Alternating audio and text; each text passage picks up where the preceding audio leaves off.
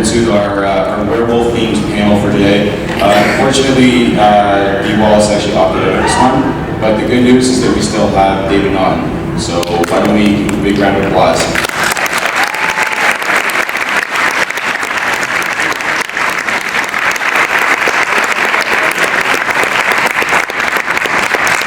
Okay. You can sit nice and close. I'm having a pepper, okay? So we had to get one of those in. How's everybody doing? Really good show, isn't it? Yeah. It is a good show. I sound a little funny because I've just been talking way too much, but I'm also having way too much fun, so that's a good sign as well. I was really excited to do this because, I don't know, I think just because I really love werewolves. How many people here really love werewolves? My name is Aaron Von Lupton. I'm from Rumor Magazine. My last name is a little bit like the Latin word for wolf. A little bit sort of close to that. I love wolves a lot. My dad loved wolves. I have a big werewolf tattoo on my arm. And but the thing is that with werewolf movies, I think that something kind of happened in the '80s where there was two movies that really kind of nailed it for werewolves. And ever since then, I think we still consider those the best werewolf movies. The Howling, obviously, but also American Werewolf in London.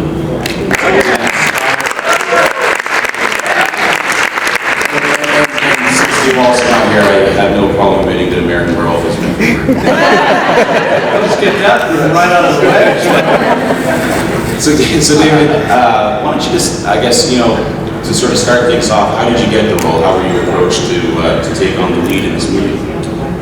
Well, we're going back. I actually had to tell one of the fans to stop by my table. 1981 is when this movie was released. And really, from the time I got the job to the time it was released was really a very short time in movie times. I met John Landis, who wrote and directed it. I should tell you that John, if you hadn't heard this before, John wrote this screenplay really when he was about 20 years old, 21. And he was working on a film as a production assistant in Europe, and he got the idea. It was Kelly's Heroes was the name of the film he was working on. Oh. And as a production assistant, PA, like a kid on his first, where you do everything as a production assistant.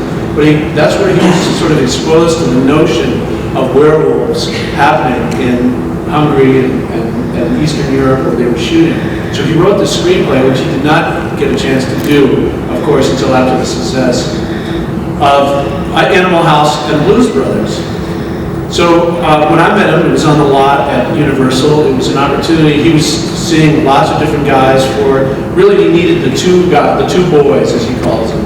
He needed those two guys right away because he was waiting to tell Rick Baker that he could have us to go into the preliminary makeup. Rick needed the guys as quickly as we could. So even before John, as he tells the story now, even had financing completely blocked up, he was still meeting with guys looking for the two roles of Jack and David. So I had a chance to meet him, and it was as green, light a project as it could be, even though I wasn't aware that there wasn't really financing in place. Got a chance to meet him, sat down, talked. He was extremely, if you've ever seen John in person, he's a really highly animated, very funny guy. He's a very relaxed interview. And he gave me a script and said, read the script. I told him that I had studied acting in London. I'd been all around Great Britain. He'd asked me if I'd ever been on the moors. I'd go, no, why? So I got a chance to read the script, and it was, pretty amazing. And what you saw is really what we shot. It's how it reads. And he called me the next day and said, well, you want to be a werewolf? I mean, that's how easy it was as far as the process. I've been through so many more difficult kinds of processes to get the job. This was one, sat down, we had a long chat, and the next day I was off to Rick Baker's shop in San Fernando Valley in Los Angeles. And then I started to realize what I was in for. And that's a good lead-in because, of course, what we all remember American Werewolf in London for is the amazing special effects by Rick Baker. They were really groundbreaking at the time. So why don't you just tell us a little bit about what that process was like? Was it horrible? Was it painful? Yeah, it was all of that. Well, Rick was this guy that, John said, you gotta go meet Rick. I go, who's Rick? I figured he was the guy. I was meeting John Landis. He was the writer-director. Who else was there to meet? He says, we gotta meet Rick. He's doing the effects. And he says, so he's really gonna put you through, some paces. So, a couple of days later, after initially meeting John, I went over to this shop. I mean, this was not, if you could see Rick Baker's shop now, it's like, it's a factory of special effects. I think he's won 6 Academy Awards. This was the first, and so nobody really knew who he was. He and John had worked together on small little projects. So I literally went over to like rented space, and went into this just like a warehouse, small rented space with all these guys that were, gooped up and went, "Are you David?" I said, "Yeah." And Rick came out and said, "What are you playing?" I said, "I'm playing the role of David." He goes, "Well, I feel sorry for you." And that was, immediately it was like, "You feel sorry for me? What are you talking about?" Well, I found out. But we began to do the process of making molds. The first were my arms, having my arms done. I don't know if I'm sure people know about these processes now. At the time, it was completely like, you want me to do what? Stick my head in this? These were vats of, quick drying cement. Initially, I had to do my arms, and then I had to do legs. And then, it came time to do heads and different expressions, which they were trying to make molds of. And it was really a claustrophobic, quick drying cement as it's going on your head and eyes, and you can only just breathe, through your nose. And he said, "Have you guys done this before?" "Yeah, once." "Oh, okay, let's try it." And so I just sort of jumped in and went for it. It always reminds me of, have you ever seen the 80s comedy movie Summer School? Yeah. And there's that whole, I can still recite the whole, the person we admire most in the world is the artist I'm pretty sure Rick Baker. London, and I actually saw that before I ever saw it in London. But what was it like when you first saw it on screen? When you went through that whole kind of horrible process, and then to sort of see your work transform on screen? Well, I should tell you that that process with Rick was over a course of a while. And he said, "Well, the next time I see you, we'll be in England. We'll actually have a lot of this makeup." Is it cold enough in here, by the way? I want to go back to Canada where it's warm. I know. So, Rick, the other thing is, it's hard to believe that this is really how it was. There were very few work permits allowed by British Equity when we got over there. Griffin Dunn and I and John were other really only Americans, and Rick Baker was the 4th American. But his staff, his crew, these guys that he was actually teaching to do makeup, who went on to have careers over the last 30 years in makeup effects, didn't have work permits as such. So they came in as tourists with the makeup effects in their luggage, going through customs. If you can imagine, what do you got in the bag? Just arms and legs. This is really what happened. It was like, no, not a special movie, special area that you can come through, special permits. No, they just kind of brought it in. And so when we got to England, and again, what Rick had requested most from John was that he had time and, of course, the money to develop these things which had not yet been done or were just in the process of being put in the films. And so we did the entire film and then wrapped, and then we got into the transformation, which was the bulk of the makeup that I had to wear. Of course, Griffin Dunn wore different stages of decaying makeup throughout the course of the film, and those parts were ready as Rick. That was he was looking at the schedule. When do I have to have this ready by? What is this going to be ready by? And Griffin was pretty freaked out by it, I have to say. And Rick tells the story too. That Griffin was going, this was a big film role for him, as it was for me. And what do you mean I got to keep decaying throughout the whole thing? That's in the script, you got to read the script. So, what was you mentioned John Landis handing you the script. What was your kind of impression of the script? Because It is a very unique film in the sense that it's a pure horror movie, but it's also very much a comedy film. Well, it starts out that way, certainly, and I should say that, you know, when the film was done and finished, you know, one of the challenges for the marketing was letting people know that this was in fact a very horrific film. This was not going to be considered a comedy, even though John Landis was very well known for Blues Brothers and Animal House, which was in fact a comedy of sorts. So they did the marketing campaign. On the first poster, it would say, from the director of Animal House, a different kind of animal. And that was supposedly the warning, because people thought they were coming in to see. And as you can remember, the first 10 minutes or so are pretty funny. We get to the thing, and, you know, back of the truck, there's a sheep, you know, we're off on a hike, you know, across the moors. Doesn't this look like fun? Talking about girls. Yeah, talking about girls and, you know, reminiscing and, you know, planning our what fun this is going to be. Well, of course, it does get us a little different after we get to the slaughtered lamb. But so that was really one of the challenges, was trying to make people. And initially, many of the reviews were trying to categorize this thing. This was one of the first of its kind, again, of a film that was very funny to begin with. And throughout the course, you know, Jack always has that gallows humor. Comes back, hey, David, you know, you got to kid yourself. and so people really didn't know how to handle it. I'd like to open it up to questions from the audience, if anyone has any. Here's one. Hello, I had a question about when you're in the zoo. Were you really with wolves, or is that just movie magic, like editing? No, you know, one of the things I should just say overall about this film is that everything that you see in the film actually we did.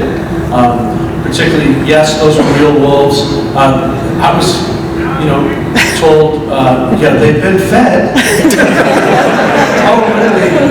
And you know, that was the thing where, you know, these are wolves, you know, we're told by their trainers, their trainers, we were told that, you know, you can't really read them like you can a dog that's, you know, that doesn't want to be around you, their ears go back.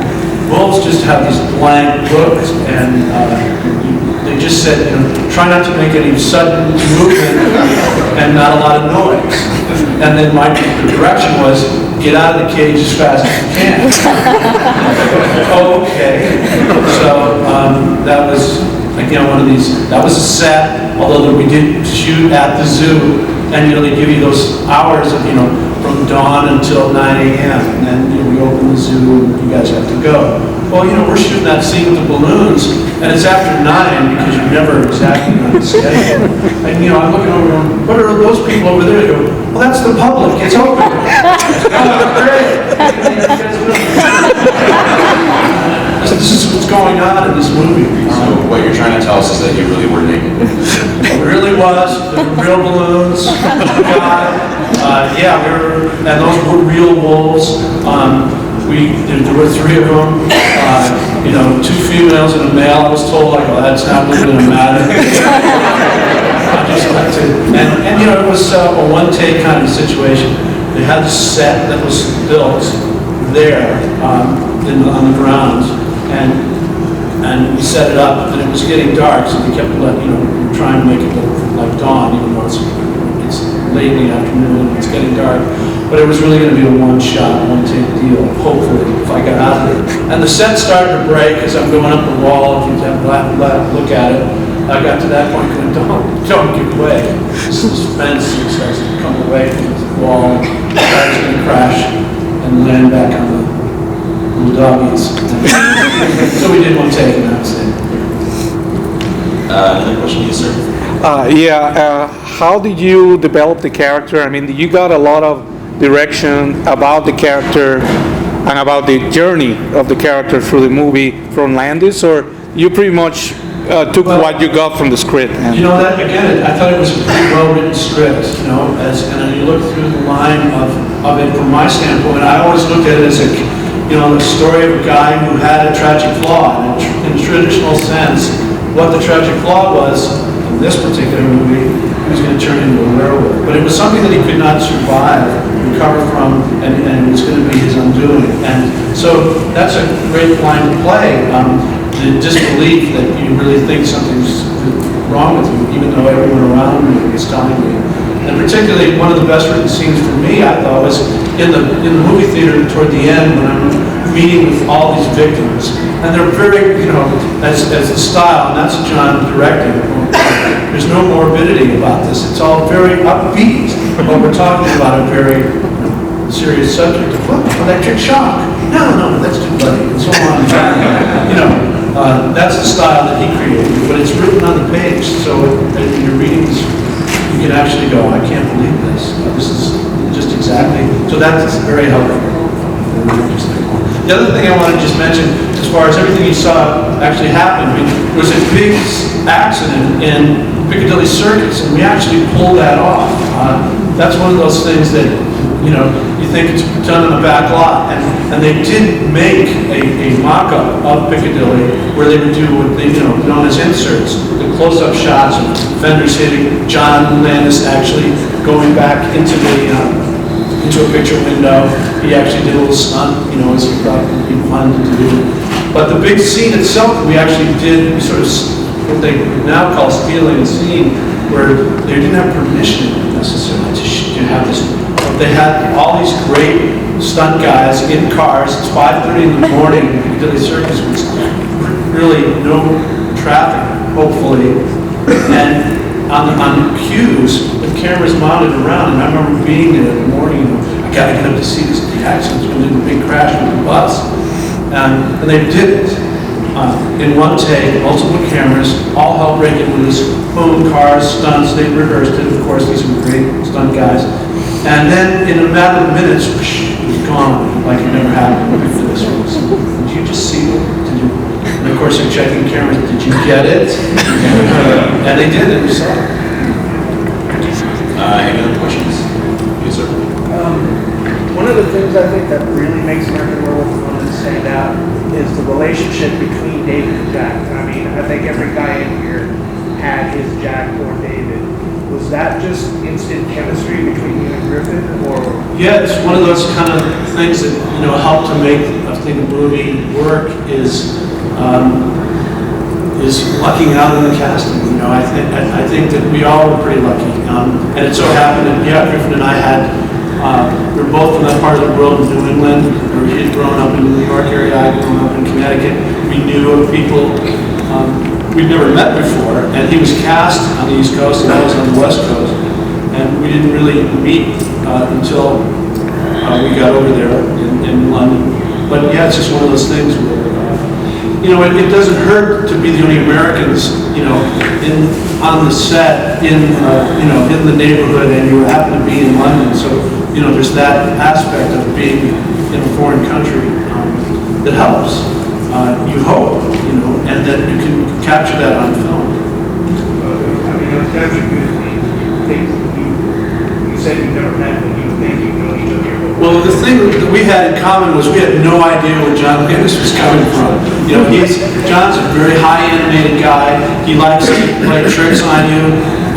From an actor standpoint, one of the things you try to rely on is trusting the other actor, to the other people, trust, collaboration, so that you know that whatever's going to happen, you're all in on it, and you're making this all together. Well, John doesn't always play by those rules, so you have to be on your toes, going, wonder what's going to happen, and so as an actor, you definitely, that's another bonding source of look, we're in this together. And I would never pull anything on Griffin without him knowing what I was going to do in the scene. John liked the idea of a real reaction. Well, it's okay for a scare, maybe. If there's a scene where, Griffin, I shut the medicine cabinet glass and Griffin's in the back, when he's there and really decay. Well, we knew, John was going to try to sneak him in there so that when I'm rehearsing, I see him and react. We're trying to impress upon John that, we can still do it even if we know the joke. But that only helps in the chemistry. Another question? Yes, sir. That's a great soundtrack. Yes. During the trip, did you play? No, you don't get the benefit of music.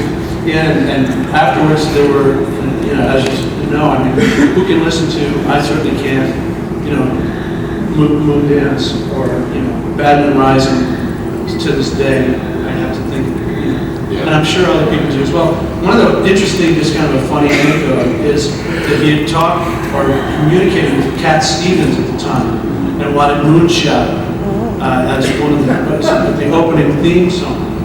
And Cat wrote back, no, these werewolves. You can't deal with, don't mess with werewolves. Okay. So, I'll do my blue.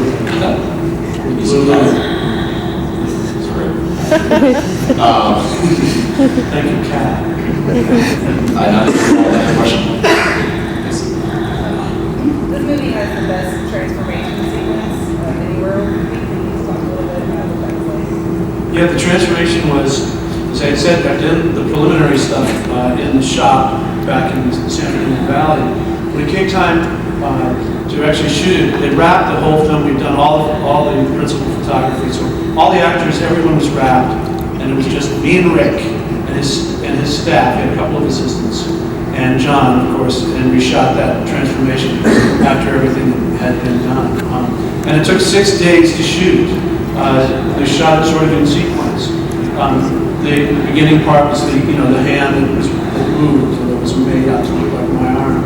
That was like the beginning, but each subsequent stage of it was done in order, more and more hair. And I was in that makeup chair for a couple of days, 10 hours a day, for, as I said, a 6-day shoot. So it's a pretty painstaking thing. And what Rick talks about, complaining about, was once he got all the makeup on a certain stage of the makeup, there was only so much it could do. So they'd shoot for maybe 45 minutes, and John would go, "Is that all it does?" And he goes, "I've been spending 6 months on this. He says, what else does it do?" The chair Joe had, his mechanical head, the snot comes out. That's what it does.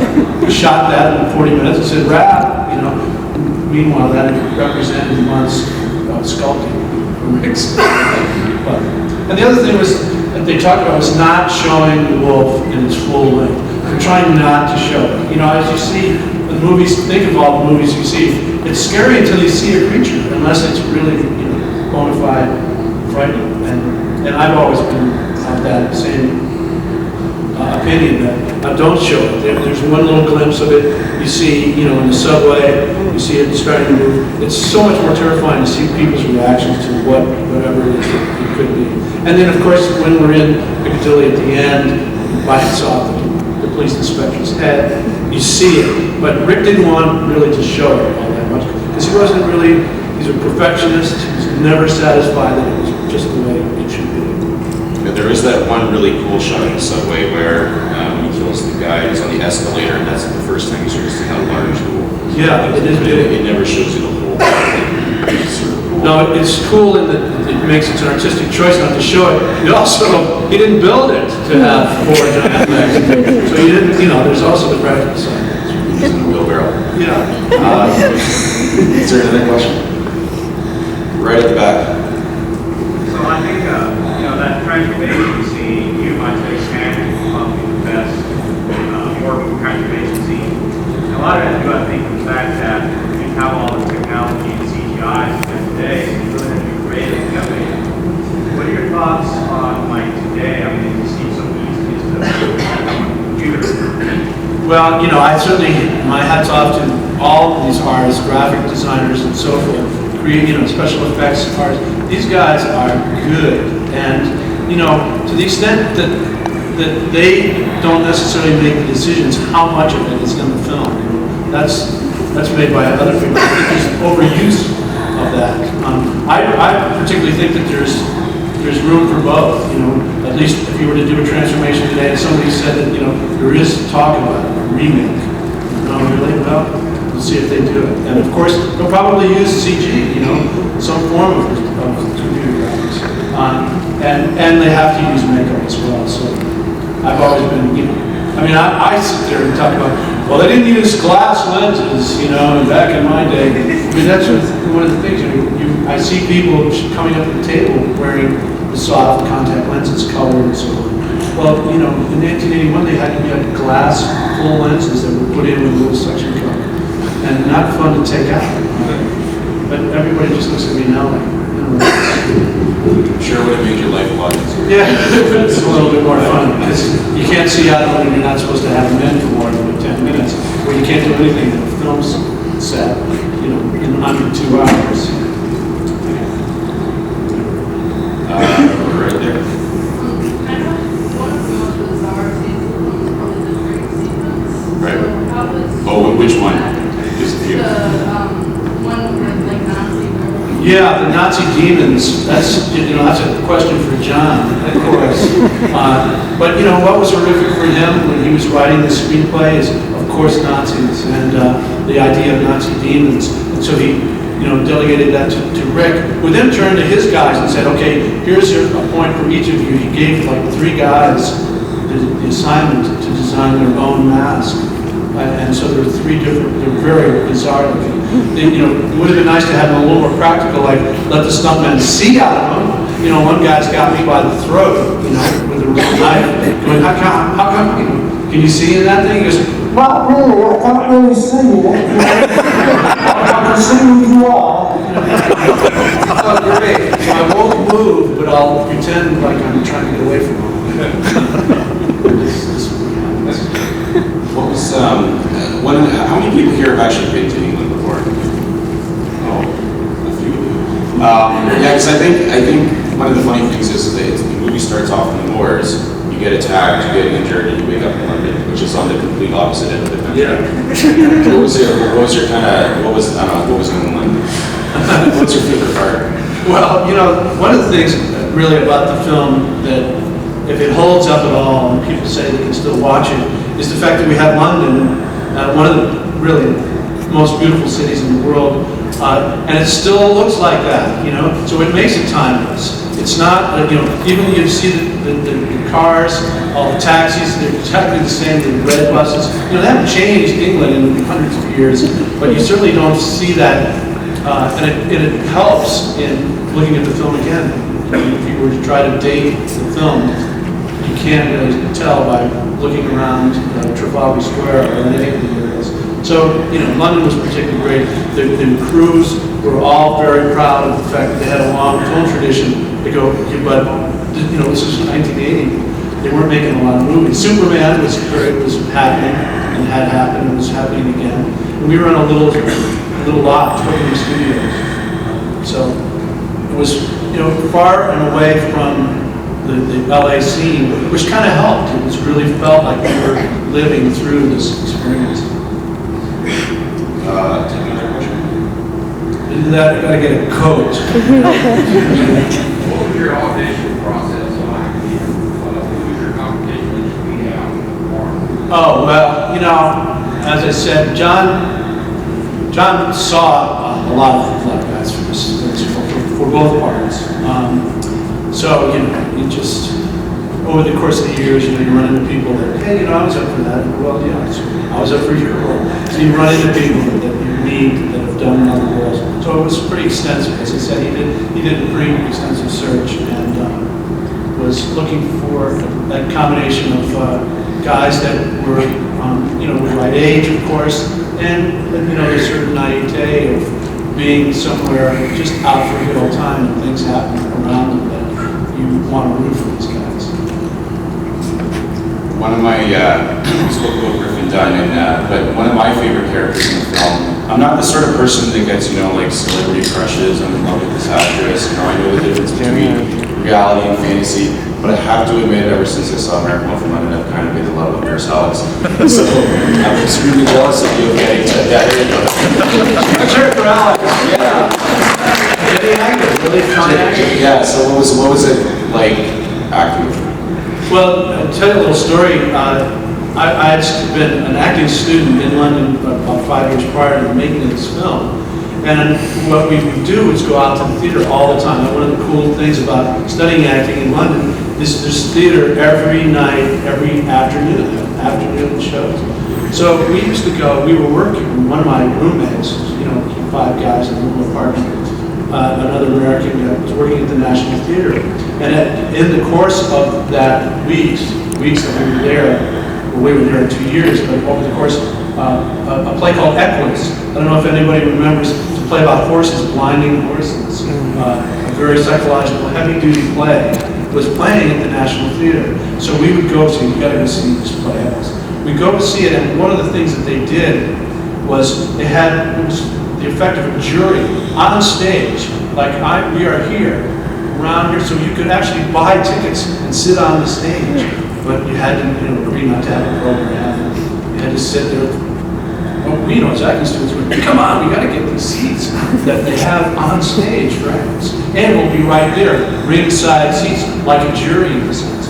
And of course, you're sitting there behind the curtain. The curtain goes up, National Theater, and it's packed, 1,500 seats.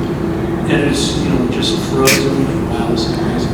And out comes these characters in this play. There's a boy who blinds the horses and a stable girl, played by, that's right, Jenny Agutter, who I didn't even make the connection. I'd seen Jenny Agutter, 3 times in Equus, and I went, wait a minute.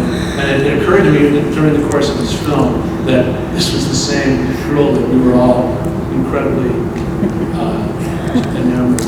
And I had to tell her that. She goes, yeah, okay, yeah, another crush. Cannot believe you. Another question? Good. No, we'll take 2 more questions and then we're going to get our winter jackets on. Yeah, we're going to go. I'm curious, a lot of people talk about how this film at the time, what they say in the market, when you were in the screenplay, do you feel like you got it right away? It was very, yes. It was, as I said, what we read, it was what we shot and what you saw. It was pretty much the screenplay intact. And it played very funny, And then it became a different story, through the course of it. It's his journey to realization that this is going to inevitably happen to him. And there's just little lines that David turns into a werewolf. That takes months to do, but it's just like 2 lines in the script. But and then the relationship of David and Alex, that is all there. And of course, when his friend comes back, Jack, and that relationship is throughout the screen. So yeah, it's funny throughout, but touching, and that's what we were going for. And as far as you see it all, you read it all. And then, the horror part is how scary is it going to be, That's where you leave it in the hands of Rick Baker. And the challenge for him, of course, was to do all this makeup in bright lights. That was the challenge. And of course, he went on to win the first Academy Award, and they created the category of special makeup in 1982 for the 1981 movies. Okay, so one more question. The transformation is really organizing, and I love the makeup, but makeup's only the actor. Like being able to move through makeup. And I was wondering how you were able, how did you get into that space? Was it having to sit for 10 hours? Well, it's not like it was something I'd done before, and I think that helped. Not knowing this was new frontier. It's like, I didn't go in there with a big, ego. Let me meet this makeup guy. All right, how long is this going to take? Let me see the. No, I was just in there for the ride, and for as long as it was going to. And it was pretty amazing as you sit there to watch how it would go on, and it's pretty well documented. And people have been doing it ever since. But to see things and the appliances go on, and how you can start to contort right in front of your very eyes. And then there's the fun part of now we got to go play it, and try to make this work. And the discussion that comes in is this euphoric, painful, a combination, are you conscious and not conscious? What are those choices that you make? And it's also an opportunity to let out a lot of angst, having been sitting around all day. Even a patient man as myself at the time, you're at the limit, you're at the breaking point, and you can use all that. Okay, guys, thanks a lot. Hey, that's what a great audience. Thanks so much.